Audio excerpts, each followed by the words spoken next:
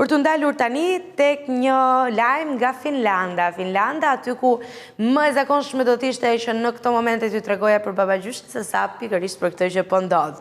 Se bëj shaka. Tani, për të kaluar tek Finlanda, do të flasim për qendrat e të dhënave, të cilat janë duke u shndruar në burime të pastra energjie për ngrohjen e shtëpive.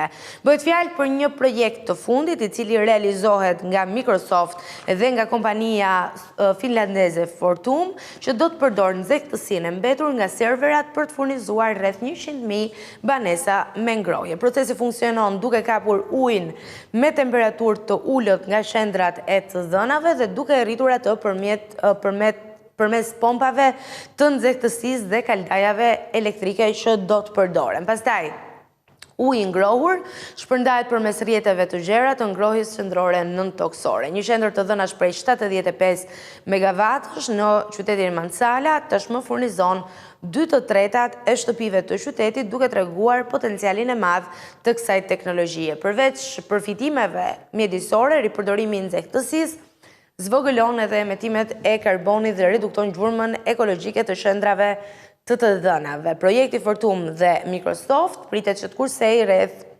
400.000 ton CO2 në vit, duke kombinuar përdorimin e energjisë së rinovueshme dhe infrastrukturën ekzistuese të ngrohjes qendrore. Megjithatë, janë gjithmonë ekspertët të cilët ndonjëherë kanë edhe skepticizëm lidhur me gjëra të tilla, të cilët paralajmërojnë se qendrat e të dhënave ende konsumojnë shumë energji elektrike dhe nuk janë plotësisht të gjelbra. Megjithatë, ky është një projekt, është një iniciativë e cila tregon se ndoshta ajo çfarë mund të sjellë një dëmtim mund të gjendet një formë për ta ripërdorur në dobi të qytetarëve, duke kursyer kështu të gjithë efektin që mund të ketë tek mjedisi.